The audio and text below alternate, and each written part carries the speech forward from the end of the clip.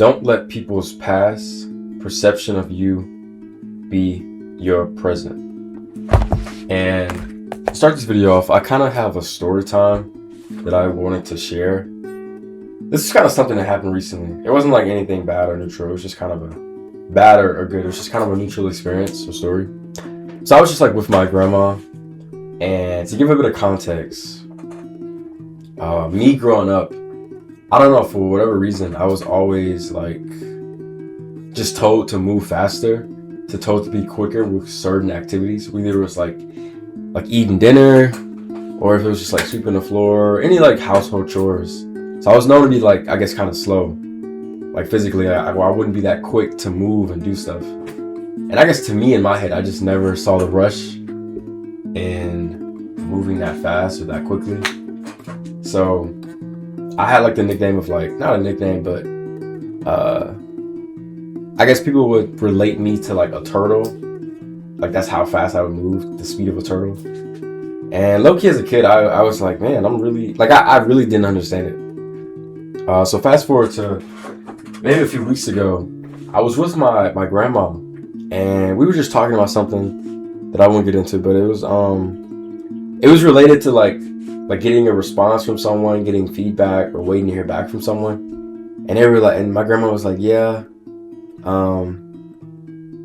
this person is a little on the slower side, kind of like you, but you still manage to get things done. And I was thinking to myself, I was like, huh? Because I was like, I don't know, at least for me, I've been in school, like I've been away from home for, I want to say, obviously it's been like 6 years. Like I come home for breaks, but it's been like 6 years. Like I went to undergrad, I was 4. I went to grad school 2 years. Undergrad was in Missouri. The 2 years from master's was in California. So I'm thinking to myself, like, I've been away for quite some time. So this past kind of version, this little nickname, this little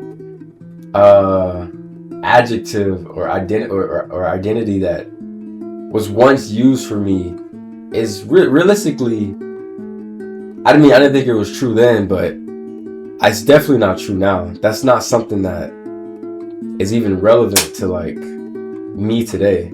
So I was just kind of taken aback. And I mean, I didn't say anything in the moment because I was like, it wasn't super serious, but I was just kind of thinking about it.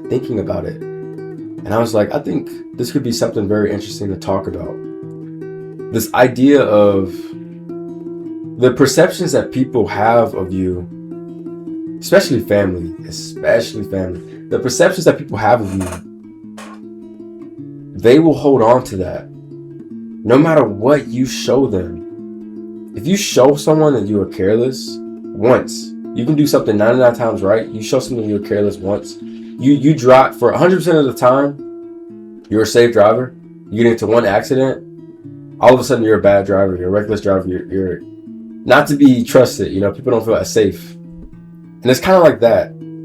Like, and it gets back into what I named this video. Don't let or allow, people's past perception, identity, or experience of you be your present or your future. And I think that's a hard thing to kind of shake, especially with family. You would like to trust, what your family says. You would like to believe that what they say about you is true, that they have good intentions. And I think this is kind of getting into my first point. So point number 1, do not internalize the past or let it dictate your present or future. And internalize is a great word for that. To internalize, essentially taking what someone has said, either what someone has said, taking an experience, and allowing it to be made true within. You're adding it into, I guess, the epitome of who you are as a person. You're allowing it to be grafted onto this kind of identity that you have. Whether it's an experience or something someone said, just to make sure that I'm getting this word right. To internalize means to absorb an idea, belief, value, or feeling so deeply that it becomes a natural part of your mind, character, or way of behaving.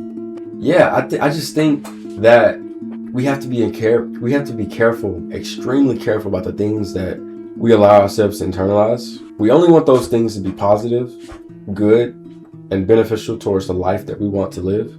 What benefits do I get in internalizing the fact that, my family thinks that I'm slow, that I don't move quick enough, that I don't jump on things fast enough? Like, that's not something that I even necessarily believe, but it's crazy that it was pushed so much. And it's really not even a video about family, but it's a video about just, being careful about what you allow to, I guess, enter your psyche. What do you allow to enter the way that you think about yourself? Like, being careful not to, allow these things that are, engaging with us on a daily basis, not allowing those things to be internalized. And I think it's much easier said than done, but I think it's extremely worthwhile. And I think it brings me to my next point. The opinion you have of yourself should overrule what anyone else thinks. And this is kind of what I was saying before. Obviously, as a kid, like, I didn't believe the rhetoric around what was said about my speed or whatever. Like, as I mentioned, I didn't feel like the need to, I guess, move fast when doing things that didn't require speed or quickness or swiftness. So I was just going to do what I wanted to do, right? And getting back to the point, the way that I think about myself, and this is not coming from a place of arrogance, the way that you think about yourself should overrule what anyone else has to say. You should hold your own opinion of yourself, your own thoughts and belief system around what you can do, how you are, and who you are as a person, your character, your identity. That internal belief system should overrule what anyone else has to say.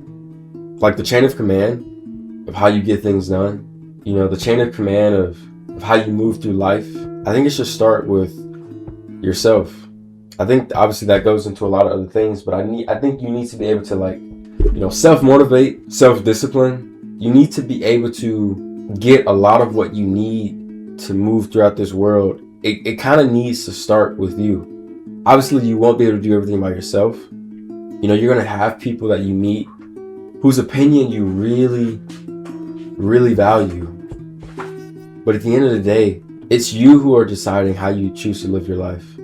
It's you who are deciding what you choose to believe in, how you choose to believe in them, how you choose to exist in this world. And I think it's important to have a backbone of a belief system that you can go back to. This isn't something that you have to think about, I guess, necessarily all the time. And I'm speaking from experience. Like, I wouldn't say that I'm always in this mode of, just having high self-esteem, having the best, I guess, sense of the way that I talk to myself.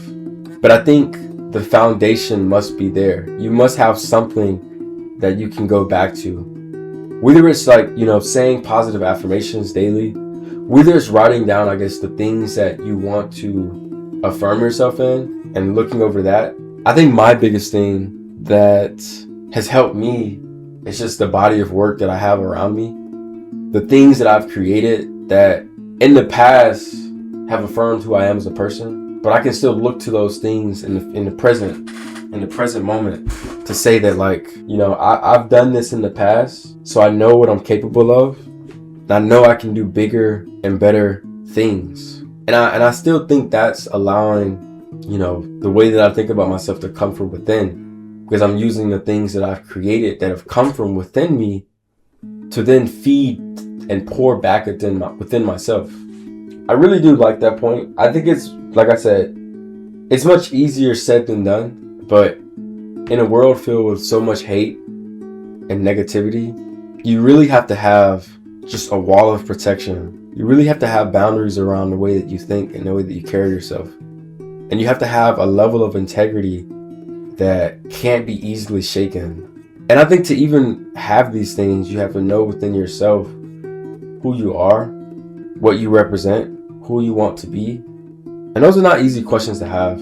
Like, I wouldn't necessarily even sit here and say that I have the answers to those questions for myself. Even yesterday, I was talking with a friend. We were doing kind of this photo shoot, and they brought up the idea of like having an artist statement, because I was talking about wanting to get back into my art, regaining that motivation, the discipline, I guess the love and the passion for it. And he was saying sometimes, writing out an artist statement, figuring out the question of what does this do for you? What do you get out of it? And what do you want to give back to the world through this? And those are important questions to ask. And obviously you can ask these questions for anything. It doesn't have to be specifically art. It can be just like, what do you think your purpose in life is? What do you think it is, the thing that you want to be doing? Is it just one thing? These are hard questions. We have a lifetime to answer them. Yeah, it's nice to kind of just talk and think about this just out loud. But to my next and final point, however you think is how things will be. And I think, actually, I wrote these points like a few minutes before I hit record. I think they're great points. How you think is how things will be. It's kind of similar to that very popular phrase of, it goes, if you think you can, then you can. If you don't think you can, then you can't. I am, therefore I will. I think of it kind of like a tier system, starting with whatever our internal belief system that we have. Whatever that internal belief system is, it produces the thoughts and allows for us to think a certain way. And because we think a certain way, it allows us to produce the effect of speaking it out loud.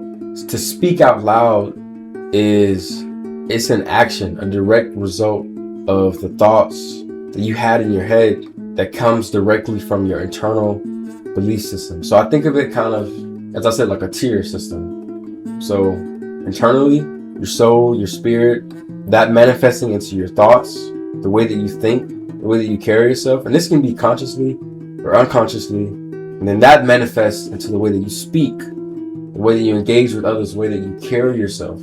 I think that words are very important, and I would never negate the importance of words, the importance of speaking. It's like the thing you hear all the time when, people are like, speak it into the universe and the universe will manifest it before you.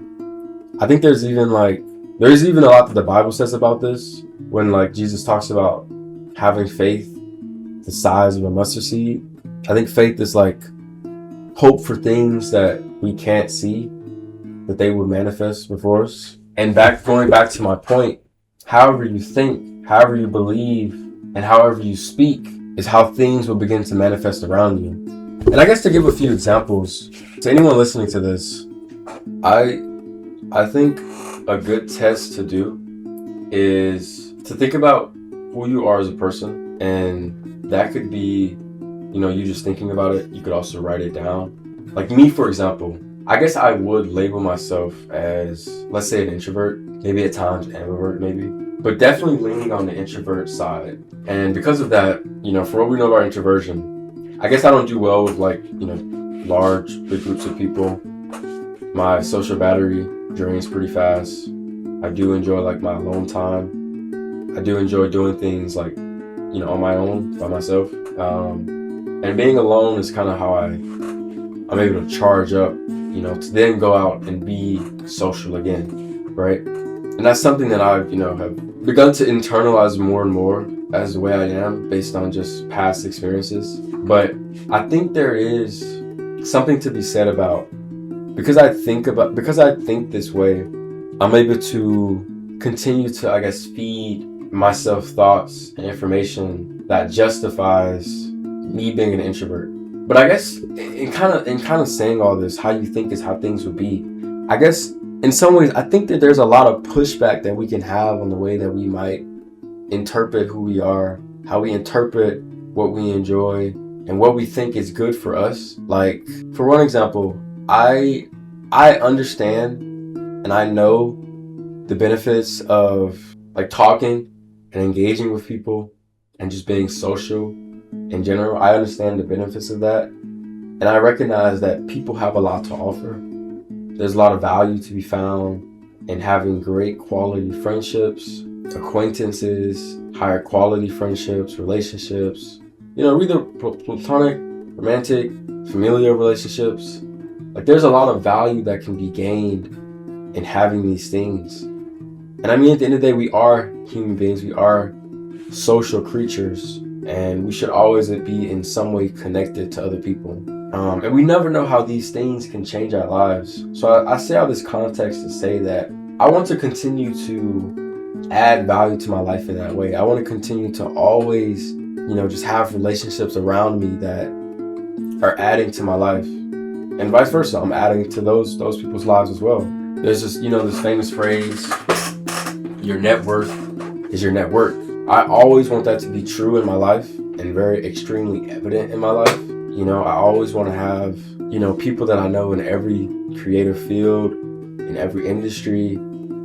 I think that allows me to just have different types of conversations. I think that allows me to be able to bounce ideas, with different people, because they might have different ways of thinking about something, and they might be able to help me engage with it differently, come at it from a different perspective. And I think that's extremely valuable. And I'm still building context, but I say all this to say that, like, I shouldn't always lean into this introversion personality or identity that I think is forever me. I think as human beings, we are always capable of change. And I think finishing out this year and even going into 2027, I want to give myself the opportunity to be an extrovert. I want to give myself the opportunity to, be able to just strike conversations with people, just walk up to people, not having, these fears of rejection, fears of what might happen. I want to build those skills so that I can, lend myself to being a more charismatic individual. And I think in trying something like this and challenging an existing perspective that even I set, I think can allow me to have an even more enriching life. And the basis of doing this is the point that I mentioned. How I think is how life will be. I think I'm an introvert, therefore I am an introvert. I think I'm an extrovert, therefore I am an extrovert. I think I'm great with people. I'm gonna be great with people, right? I'm gonna continue to build this mindset that's gonna give me the motivation and discipline to go out and try and conversate with people so that I can be great with people. I'm not saying you have to lie to yourself, but it's really pushing yourself to get there. If I say I'm a great artist before I was ever a great artist, I'm motivating myself. I'm telling myself that I may not be this right now, but I know this is possible for me. I know I can be this one day. And I would just encourage anyone listening to this to apply this to anything that you want for yourself. However you think is how things will be. If you think you can, then you can. If you think you will, then you will. Like I was talking to my dad the other day, and he mentioned like, oh, he saw this person who he asked him their age, and they was like, oh, I'm 62. And he was like, oh, you look good to be 62. And he said, oh, I hope I look that good at 62. And I was thinking to myself, I was like, wow, I hope, the power is in our hands for how we age, how our bodies feels, how we look, right? How we're able to perform physically at 62. If my dad is, eating healthy foods, eating whole foods, getting regular movement, activity, healthy activity, he's slimming down, if he's taking care of his skin, these are all the ways in which he can get the outcome that he's wanting. You don't have to hope that you look good. You will look good because you're doing things that's allowing that to be true, that will allow that to be true at that time in life. So I think it's good to have hope. It's good to hope for things to come to pass. But I think it's better to know and to not to know in the sense that you know for a fact, but to know in the sense that you believe everything in your being that that's what's going to happen. However you think is however life will be. I think that's the biggest takeaway from this video. And I would encourage everyone to look into their own lives and just begin to examine, pull apart some things, challenge some things. And as I was saying before with the artist statement, life statement, personality statement, identity statement, figure out who you are, what you want to represent, what do you currently represent, and what do you want your life to say? If your life was a book or a movie, what do you want your life to say? So I say a lot to say, but if you've made it this far to the video, thank you for watching. My name is Desmond Young. My YouTube channel is Desmond RL, and let me know, in the comments, however this video inspired you or didn't inspire you, what you think could be made better. If you disagree or agree with anything, let me know. Leave a like, feel free to subscribe. It all helps a ton, supports me a lot. And thank you. I'll see you in the next video.